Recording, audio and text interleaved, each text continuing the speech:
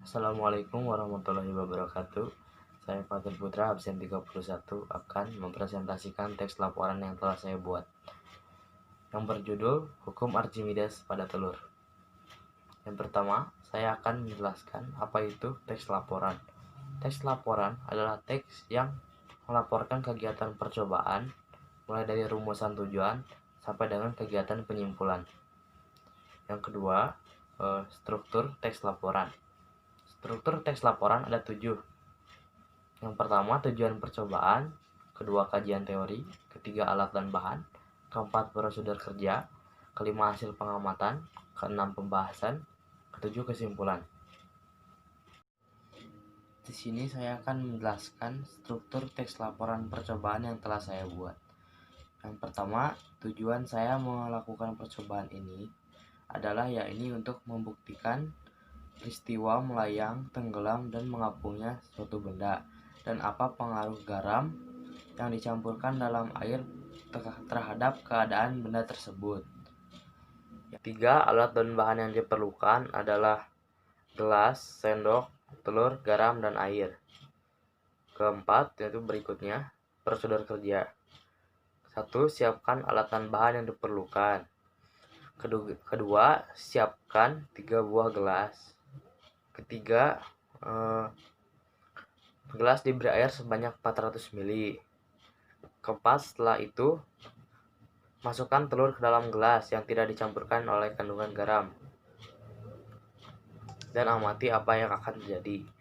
Yang keempat, masukkan garam sebanyak 1 sendok ke dalam gelas dan masukkan telur.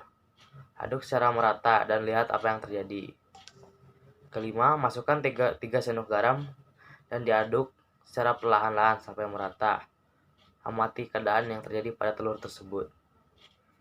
Yang kelima, hasil pengamatan. Jadi ada 3 tahap: tenggelam, melayang, dan mengapung.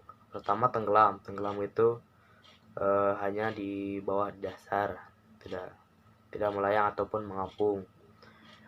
Yang kedua, melayang. Melayang itu berada di tengah-tengah, melayang, masih dalam air.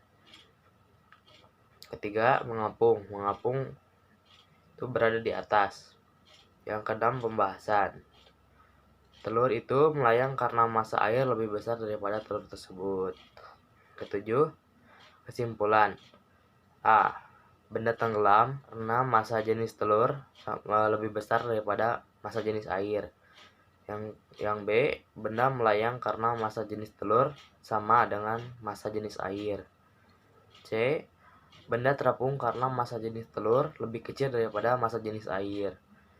Yang D. Garam berfungsi untuk memperbesar massa jenis air. Dengan begitu, semakin banyak garam yang diberikan, maka semakin besar pula massa jenis airnya. Yang terakhir, saya akan menjelaskan kebahasaan yang ada dalam teks laporan ini.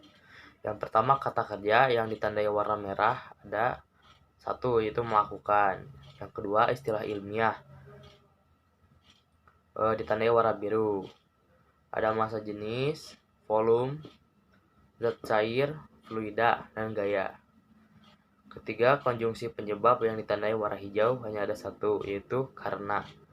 Kata pendefinisian yang ditandai warna oranye, sini ada 2, yaitu yakni dan bahwa.